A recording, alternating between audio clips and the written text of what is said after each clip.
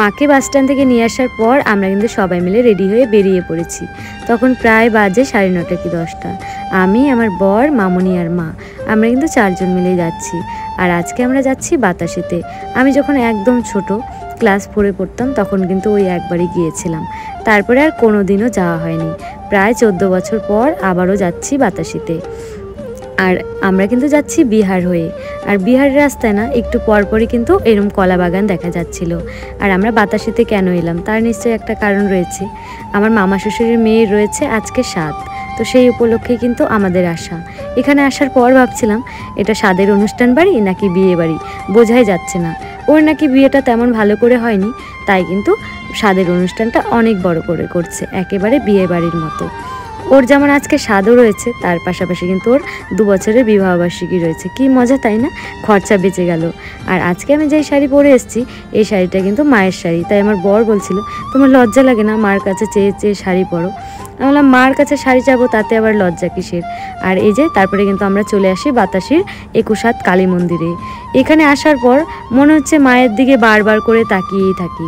আর যেহেতু একদম ছোটোবেলায় এসেছি, তো এখানেও ওই ছোটোবেলায় এসেছিলাম, তো সেই জন্যই কিন্তু আসার পর থেকে ঝাপসা ঝাপসা আমার মনে পড়ছে যে হ্যাঁ এই জায়গাটায় এসেছিলাম।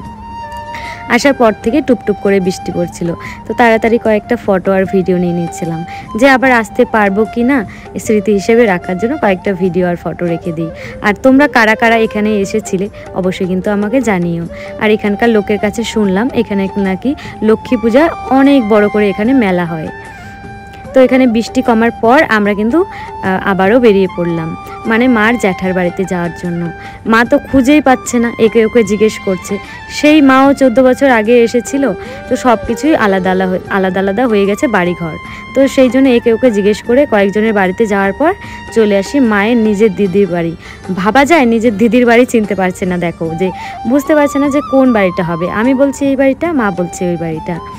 আর মাসির যেহেতু 3 ছেলে, আর আগে অনেক বড় ছিল বাড়িটা, তো সেই জন্য চিনতে পারলাম না। যেহেতু বাড়িগুলো সবারই ভাগ আলাদা আলাদা হয়ে গেছে, তো সেই জন্য কিন্তু বাড়িও ছোট হয়ে গেছে। আর মা কিন্তু চিনে ফেলেছে যে এটাই আমার দিদির বাড়ি।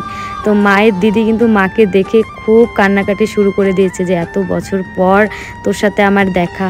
আর এই যে এই বাড়িটা দেখতে পাচ্ছ, ছোটোবেলায় যখন এসেছিলাম এই বাড়ির একটা শয়তান ছেলে আমাকে এক গাদা বালি আমার চোখে দিয়ে দিয়েছে। তাই আমি বলছিলাম যে তুই এবার বাড়ি থেকে বেরো, তোকেও এক গাদা বালি আমি দিয়ে তারপরে এই বাড়িতে যাব। মাসির সাথে অনেকক্ষণ গল্প করার পর আমরা কিন্তু আবারও বেরিয়ে পড়লাম। মামি বলছিল রাস্তায় যদি তালের শাঁস দেখতে পাস তাহলে দাঁড়াস, তো এবছর তালের শাঁস খাওয়া হয়নি। এর আগে আমি একদিন খেয়েছিলাম, ওই জীবনে একবারই প্রথম।